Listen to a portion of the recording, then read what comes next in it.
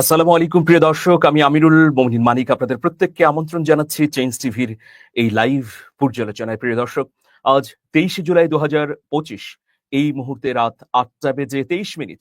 আমাদের আজকের আলোচনার বিষয় হচ্ছে নয়নকে কঠিন জবাব সালাউদ্দিনের, রাজাকারের কি হবে।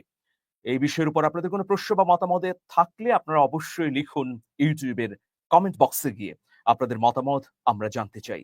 প্রিয় দর্শক, আপনারা নিশ্চয়ই জানেন যে জাতীয়তাবাদী যুব দলের ঢাকা মহানগর দক্ষিণের সদস্য সচিব রবিউল ইসলাম নয়ন সাম্প্রতিক সময়ে যে স্লোগান দিয়েছেন, সেই স্লোগান নিয়ে বিতর্ক তৈরি হয়েছে। এই স্লোগানের পরিপ্রেক্ষিতে বিএনপির স্থায়ী কমিটির অন্যতম গুরুত্বপূর্ণ সদস্য সালাউদ্দিন আহমেদ আবার জবাবও দিয়েছেন।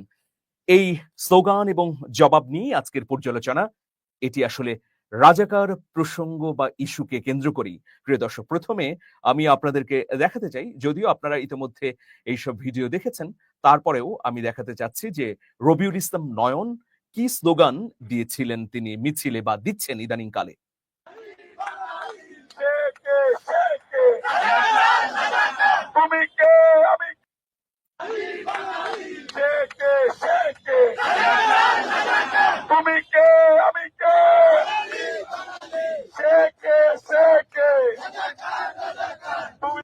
প্রিয় দর্শক, আপনারা শুনলেন যে রবিউল ইসলাম নয়ন বলছেন যে তুমি কে, আমি কে, বাঙালি বাঙালি, সে কে, সে কে, রাজাকার রাজাকার। দেখুন, রাজাকার বয়ান দিয়ে রাজনৈতিক সাম্প্রদায়িকতার চর্চা আমরা দেখেছি। কোনো নিরপরাধ ব্যক্তিকে স্টিগমাটাইজ করে তার অধিকারকে শুধু হরণ করা হয়নি, বরং হত্যাও করা হয়েছে। আমরা নিশ্চয়ই আবরার ফাহাদের কথা ভুলে যাইনি। আবরার ফাহাদকেও কিন্তু রাজাকার তকমা দেওয়া হয়েছিল। এই তকমা দিয়েই তাকে হত্যার বৈধতা তৈরি করা হয়েছিল। প্রিয় দর্শক, সালাউদ্দিন আহমেদ এই বিষয়গুলো নিয়েই কথা বলেছেন। তার বক্তব্য শুনলে আমাদের সামনে আরো পরিষ্কার হয়ে যাবে যে বিএনপি আসলে এই বিষয়গুলোতে বা এই ইস্যুতে কি বলতে চাচ্ছে। প্রিয় দর্শক,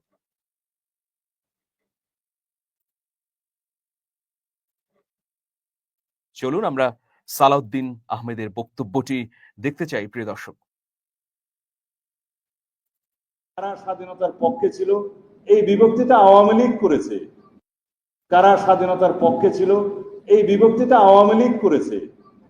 স্বাধীনতার পক্ষের এবং বিপক্ষের শক্তি সাজিয়ে স্বাধীনতার চেতনা, মুক্তিযুদ্ধের চেতনা বিক্রি করে তারাই ফায়দা নিয়েছে। সেই একই রাজনৈতিক অস্ত্রকে আমরা ব্যবহার করব, আমরা করতে পারি। সুতরাং আমরা ঐক্যবদ্ধ বাংলাদেশ চাই। সেই ঐক্যটা কিসের? সেই ঐক্যটা হবে জুলাইয়ের 2024-এর ছাত্র গণ অভ্যুত্থানের ফেসিবাদ বিরোধী জাতীয় ঐক্য। সেই ঐক্যটাই হবে আমাদের জাতীয় শক্তি, এবং সেই শক্তিকেই ব্যবহার করে আমরা সামনের দিনের শক্তিশালী গণতান্ত্রিক বাংলাদেশ নির্মাণ করব। এই ঐক্যের যারা বিরুদ্ধে তাদের নাম ফ্যাসিস্ট। এই ঐক্যের যারা বিরুদ্ধে তারা এখন দিল্লিতে। এই ঐক্যের যারা বিরুদ্ধে তারা ফেসিবাদের দূষর হয়ে বাংলাদেশে হয়তো এখনো গাপটি মেরে বসে আছে। তারা ছাড়া সবাই আমরা ঐক্যবদ্ধ, এবং সেই ঐক্যবদ্ধ শক্তিকে আমরা অবশ্যই সমুন্নত রাখবো। সেই ঐক্যবদ্ধ শক্তির মধ্যে অবশ্যই গণতান্ত্রিক পদ্ধতিতে কিছুটা বিতর্ক হবে, কিছুটা সংগ্রাম হবে, নির্বাচন হবে, কেউ বিরোধী দলে যাবে, কেউ সরকারি দলে যাবে, কেউ তর্ক বিতর্ক করবে, কিন্তু সেটা বাংলাদেশের শক্তিশালী একটি রাষ্ট্র কাঠামো বিনির্মাণের লক্ষ্যেই হতে হবে। বাংলাদেশের মধ্যে বিভেদ সৃষ্টির জন্য কোনো রকমের কোনো ওয়েপন, কোনো রকমের অস্ত্র আমরা কারো হাতে তুলে দিতে চাই না। কারা প্রিয় দর্শক, রবিউল ইসলাম নয়ন যে স্লোগানটি দিয়েছেন, তুমি কে, আমি কে, বাঙালি বাঙালি, এই স্লোগানের এই অংশটুকু নিয়ে যদি বিশ্লেষণ আমরা করি, তাহলে দেখব যে এই স্লোগান সম্পূর্ণভাবে বিএনপির আদর্শের বিপরীত। বিএনপির প্রতিষ্ঠাতা প্রেসিডেন্ট জিয়াউর রহমান বাঙালি তকমা দিয়ে জাতিকে বিভক্ত করতে চাননি। তিনি বাংলাদেশী জাতীয়তাবাদের প্রবর্তক। তার এই দর্শনটি বাংলাদেশের মানুষ বিপুলভাবে সাদরে গ্রহণ করেছিল। সুতরাং রবিউল ইসলাম নয়ন যে স্লোগানটি দিয়েছেন, এই স্লোগানের প্রথম অংশটি আসলে ভুল। এটি হচ্ছে আওয়ামী লীগের স্লোগান যে তুমি কে, আমি কে, বাঙালি বাঙালি। আমরা যদি মুক্তিযুদ্ধের কথাও বলি, মুক্তিযুদ্ধে কিন্তু বাঙালির বাইরেও পাহাড়িরা অংশগ্রহণ করেছেন। সুতরাং মুক্তিযুদ্ধের ক্রেডিট কেবলমাত্র বাঙালিদেরকে দিয়ে যদি পাহাড়িদেরকে বৈষম্যের শিকার করা হয়, তাহলে সেটিও যথার্থ নয়। স্বাধীনতার সার্বভৌমত্ব রক্ষার প্রশ্নে বাংলাদেশি জাতীয়তাবাদ একটা বিস্তৃত ধারণা তৈরি করে, প্রিয় দর্শক। আর বাঙালি জাতীয়তাবাদের ধারণা একটি গোষ্ঠীর মধ্যেই সীমাবদ্ধ থাকে। যাই হোক, আমরা যদি প্রশ্ন করি যে বিএনপির জনপ্রিয়তার ভিত্তি কি, বা বিএনপি কোন পাটাতনের উপর দাঁড়িয়ে আছে, তাহলে আমরা এক বাক্যে বলতে পারি যে বিএনপি প্রতিষ্ঠাতা প্রেসিডেন্ট জিয়াউর রহমানের সততাই হচ্ছে বিএনপির জনপ্রিয়তার মূল কারণ। প্রেসিডেন্ট জিয়াউর রহমান তার শাসনকালে অসাধারণ সততার উদাহরণ তৈরি করেছিলেন বাংলাদেশের মানুষের সামনে। সেই জন্যে অল্প মেয়াদের শাসন দীর্ঘদিন ধরে মনে রেখেছে বাংলাদেশের মানুষ, এবং জিয়াউর রহমানকে অসংখ্য মানুষ তাদের হৃদয়ের ভেতরে ঠাঁই করে রেখেছে। প্রিয় দর্শক, জিয়াউর রহমান মুক্তিযোদ্ধা ছিলেন যেমন, রাজনীতিক হিসেবে মধ্যমপন্থী সমন্বয়বাদী রাজনীতিক ছিলেন। তিনি তার মন্ত্রিসভায় পাকিস্তানপন্থী শাহ আজিজুর রহমানকে যেমন ঠাঁই দিয়েছিলেন, একইভাবে তিনি মুক্তিযুদ্ধের অন্যতম গুরুত্বপূর্ণ নায়ক কর্নেল অলি আহমদ বীর বিক্রমকেও ঠাঁই দিয়েছিলেন। প্রিয় দর্শক, আর এর পরবর্তীতে বেগম জিয়া তার উদারতার কারণে, তার বিপুল বিস্তৃত দৃষ্টিভঙ্গির কারণে জনপ্রিয়তা অর্জন করেছিলেন বা করেছেন।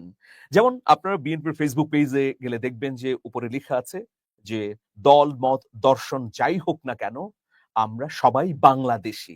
এই যে দর্শন, এই দর্শন যদি যথাযথভাবে বিএনপির নেতাকর্মীরা আত্মস্থ না করতে পারে, তাহলে অবশ্যই আওয়ামী বয়ানের মধ্যেই তারা চলে যাবে এবং একটা ভয়াবহ বিভ্রান্তি তৈরি হবে। প্রিয় দর্শক, রাজনীতির ক্ষেত্রে বেগম খালেদা জিয়া আপসহীন হিসেবে নিজেকে আকাশ স্পর্শী সফলতা বা নিজেকে আকাশ স্পর্শী একজন দৃঢ়চেতা মানুষ হিসেবে দাঁড় করিয়েছেন। বিএনপির জনপ্রিয়তা বা বিএনপির রাজনৈতিক ভিত্তির কথা বলতে গেলে এগুলোই আসলে মূল কার্যকারণ। প্রিয় দর্শক, আপনারা নিশ্চয়ই জানেন যে প্রেসিডেন্ট জিয়াউর রহমান যখন মুক্তিযুদ্ধ করছিলেন তখন তিনি মেজর ছিলেন। পাকিস্তান সেনাবাহিনীতে তিনি প্রথম বিদ্রোহ করেন 25শে মার্চ 1971 সালে। যদি বাংলাদেশ স্বাধীন না হতো তাহলে তার মৃত্যুদণ্ড হতো পাকিস্তান সেনাবাহিনীতে বিদ্রোহ করার জন্য। এরপর তিনি স্বাধীনতারও ঘোষণা করেন। কিন্তু আমরা বিগত সময়ে কি দেখেছি, প্রেসিডেন্ট জিয়াউর রহমানকে রাজাকার তকমাও দেওয়া হয়েছে।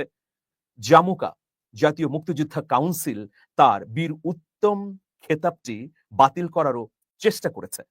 শুধু তাই নয়, প্রেসিডেন্ট জিয়াউর রহমানকে আওয়ামী লীগের অনেক মন্ত্রী বহুবার পাকিস্তানের প্রেতাত্মা বা চর হিসেবেও মন্তব্য করেছিলেন। কিন্তু সেই সব মন্তব্য যে ইতিহাসের আস্তাকুড়ে নিক্ষিপ্ত হয়েছে তা তো আমরা সবাই জানি, কারণ ইতিহাস কখনোই বিভ্রান্ত হয় না। ইতিহাস কোনো না কোনো সময়ে সোজা পথে জাতিকে পথ দেখায়। যাই হোক, এই যে রাজাকার তকমা বা রাজাকার বলে কাউকে হেয় প্রতিপন্ন করা, এটাকে আমরা কিভাবে দেখব? হ্যাঁ, যার বিরুদ্ধে অপরাধের প্রমাণ আছে অবশ্যই তার বিচার হবে। আপনারা জানেন যে ব্রুনো তিনি একজন দার্শনিক ছিলেন। তিনি বলেছিলেন যে পৃথিবী সূর্যের চারদিকে ঘুরছে। এটা বলার কারণে তাকে আগুনে পুড়িয়ে হত্যা করা হয়েছিল। তার হত্যাকাণ্ডের ৬০০ বছর পর আবারও বিচার করা হয়। বিচারে তিনি নির্দোষ প্রমাণিত হন, জাতীয় বীর তাকে আখ্যা দেওয়া হয়। সুতরাং হত্যাকাণ্ডের বিচার কখনোই তামাদি হয় না, কখনো না কখনো আসল সত্য উঠে আসে। মুক্তিযুদ্ধের সময় যারা মানবতা বিরোধী অপরাধ করেছে তাদের কি প্রকৃত তালিকা হয়েছে? রাজাকারদের তালিকা হয়েছে? যুদ্ধাপরাধীদের তালিকা হয়েছে? ১৯৫ জন যুদ্ধাপরাধীকে চিহ্নিত করার পরেও কেন ছেড়ে দেয়া হলো? হাজার হাজার রাজাকারদেরকে বিচারের জন্য যে কোলাবোরেটরস অ্যাক্ট করা হয়েছিল তা কেন বাতিল করে দেয়া হলো, বা কেন সাধারণ ক্ষমা ঘোষণা করা হলো? যাই হোক, এই ফ্যাসিবাদের অন্যতম একটা উপকরণ হচ্ছে স্টিগমা। স্টিগমাটাইজ করে কাউকে হেয় করা। আমি এই স্টিগমাটাইজকে বলি যে রাজনৈতিক সাম্প্রদায়িকতা। এ বিষয়ের উপর আমার একটি বই ছিল, সেটি হচ্ছে আল মাহমুদ ও হুমায়ুন আহমেদের জরুরি বৈঠক। আমরা জানি যে আল মাহমুদকে রাজাকার উপাধি দেয়া হয়, রাজাকার হিসেবে অনেকেই মন্তব্য করেন, তাকে নিয়ে আখ্যা দেন, কিন্তু তিনি মুক্তিযোদ্ধা ছিলেন। এটাই হচ্ছে চরম সত্য। আবার অন্যদিকে হুমায়ুন আহমেদকে অনেকে বলেন যে তিনি নাস্তিক। আসলে হুমায়ুন আহমেদ যদি নাস্তিকই হতেন তাহলে মৃত্যুর আগে রাসূল সাল্লাল্লাহু আলাইহি সাল্লামকে নিয়ে নবীজির মতো অসাধারণ একটা উপন্যাসের কাজ শুরু করতে পারতেন না। সুতরাং রাজাকার বলি আর নাস্তিক বলি, যাই বলি না কেন, এগুলো হচ্ছে মানুষকে প্রথমত অধিকার হরণ করার, প্রতিভাকে অবমূল্যায়ন করা এবং ব্যক্তির মতকে নিকৃষ্ট হিসেবে বিবেচনা করার একটা হাতিয়ার। আপনারা জানেন, সবাই জানেন যে এসবের বিরুদ্ধেই ফুঁসে উঠেছিল জুলাইয়ের শিক্ষার্থীরা।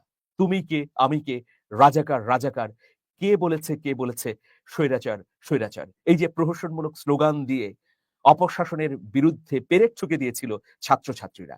এখন দেখুন, সেই রাজাকার স্লোগানকে ফিরিয়ে এনে আবারও যদি ত্যাগের রাজনীতিকে প্রতিষ্ঠিত করার অপচেষ্টা করা হয়, তাহলে কখনোই কিন্তু গ্রহণযোগ্য হবে না। রবিউল ইসলাম নয়ন এই রাজাকার স্লোগানটিকে সামনে এনে তিনি নতুন যে রাজনীতির বিষ ছড়িয়ে দিতে যাচ্ছেন, এটা আসলে বিএনপির আদর্শের সঙ্গে কখনোই কোনোভাবে যায় না।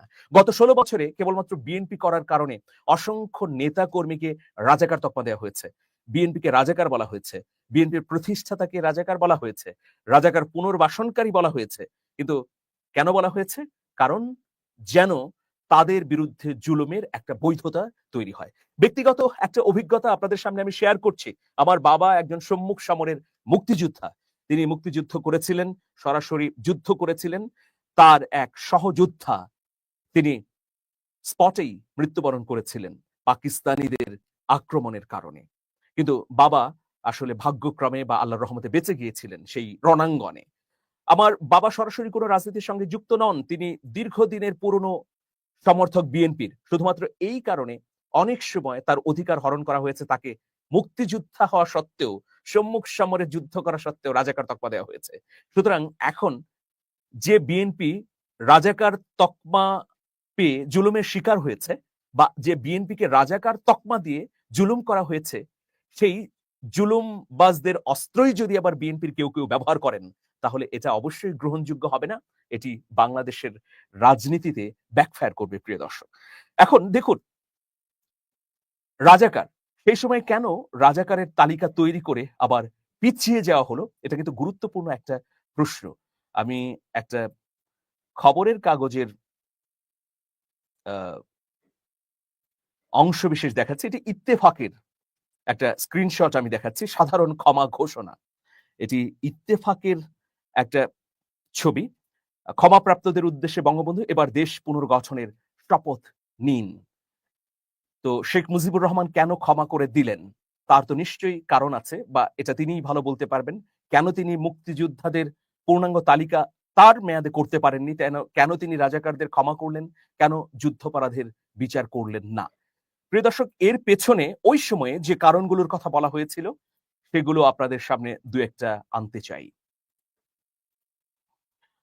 শেখ মুজিবুর রহমান যুদ্ধাপরাধীদের সাধারণ ক্ষমা ঘোষণা করেননি, তবে দালাল আইনে আটক কিছু ব্যক্তির ক্ষেত্রে সাধারণ ক্ষমা ঘোষণা করা হয়েছিল, যাদের বিরুদ্ধে যুদ্ধাপরাধের সুনির্দিষ্ট অভিযোগ ছিল না। 1973 সালের দালাল আইনে আটক প্রায় 26,000 ব্যক্তিকে সাধারণ ক্ষমা করা হয়েছিল।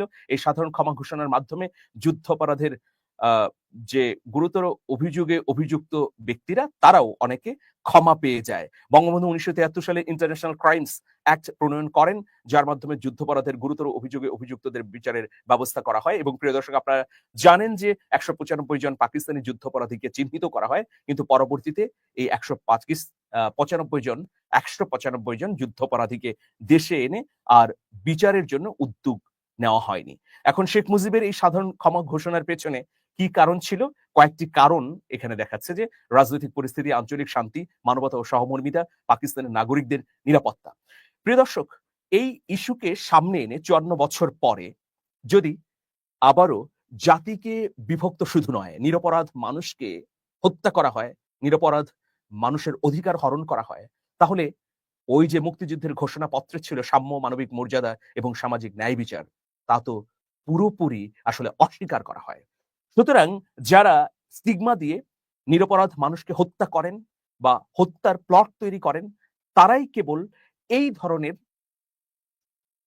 পরিস্থিতি তৈরি করতে পারেন, এই ধরনের স্লোগান ব্যবহার করে রাজনীতির অসৎ উদ্দেশ্য হাসিল করতে পারেন। আমরা দেখলাম যে বিএনপির স্থায়ী কমিটির সদস্য সালাউদ্দিন আহমেদ তিনি খুব সুন্দরভাবে এই বিষয়টি তুলে ধরেছেন তার বক্তব্যে। প্রিয় দর্শক, আমি শেষ করব, তার আগে আরো দুটি কথা বলতে চাই। বিষয়টি হচ্ছে যে 2024-এর গণ অভ্যুত্থানের পর বাংলাদেশের রাজনৈতিক দলগুলো কি পলিটিক্যাল বয়ান নিয়ে মানুষের কাছে হাজির হবে, সেটি আসলে অনেক রাজনৈতিক দলই তৈরি করতে পারেনি। এই মুহূর্তে বাংলাদেশের মানুষ কি চায়? যে দুর্নীতিমুক্ত রাষ্ট্র। আমাদের রাজনৈতিক দলগুলো কি নির্বাচনের আগে এই শপথটি করতে পারবেন যে আমরা ক্ষমতায় গেলে দুর্নীতির ব্যাপারে জিরো টলারেন্স থাকব। আমার রাজনৈতিক দলের কোনো একজন কর্মীও যদি দুর্নীতির সঙ্গে যুক্ত হন তাহলে তাকে শুধু বহিষ্কার নয় বরং শাস্তির মুখোমুখি করা হবে। এরপর যদি আমরা বলি যে সুশাসন নিশ্চিত করা হবে, সেই সুশাসন কি নিশ্চিতের জন্য কোনো রাজনৈতিক দল আনুষ্ঠানিকভাবে অঙ্গীকার করেছে? অথবা প্রিয় দর্শক, আমি যদি এই কথাটা বলি, মত প্রকাশের স্বাধীনতাকে লঙ্ঘন করা হবে না। আমরা বিগত সময়ে দেখেছি মত প্রকাশ করতে গিয়ে, শুধু কথা বলতে গিয়ে মানুষ গুম হয়ে গেছে। লাশ ভেসে উঠেছে নদীতে, কথা বলতে দেয়া হয়নি। কথা বলতে গেলেই নিখোঁজ, খুঁজে পাওয়া যায়নি। সত্য কথা বলা যায়নি। মানুষ চুপ করে থেকেছে। এই যে পুরনো অপতৎপরতা, এগুলো কি আবারও ফিরে আসবে? এগুলো যারা ক্ষমতায় আসবে তারা কি আবারও চর্চা করবে? এই বিষয়েই আসলে এই মুহূর্তে রাজনৈতিক বয়ান তৈরি করা অত্যন্ত জরুরি। আমরা দেখেছি যে ডিভাইড অ্যান্ড রুল এই পদ্ধতিতে দীর্ঘদিন একটা ফ্যাসিবাদী গোষ্ঠীকে পৃষ্ঠপোষকতা দিয়েছে আমাদের প্রতিবেশী দেশ ভারতের বিজেপি সরকার। আমরা কি বিজেপি সরকারের সেই বয়ানের মধ্যেই নিজেদেরকে আবদ্ধ রেখে আবারও অপচর্চায় মেতে উঠবো? অবশ্যই না। মুক্তিযুদ্ধের মধ্য দিয়ে গড়ে ওঠা এই বাংলাদেশকে এখন গড়তে হলে প্রয়োজন দৃঢ় ঐক্য। রাজনৈতিক মতপার্থক্য থাকবে, কিন্তু স্বাধীনতার সার্বভৌমত্ব এবং মুক্তিযুদ্ধের ক্ষেত্রে থাকতে হবে আপোষহীন। সবাই ভালো থাকবেন। সবার জন্য শুভেচ্ছা নিরন্তর। আল্লাহ হাফেজ।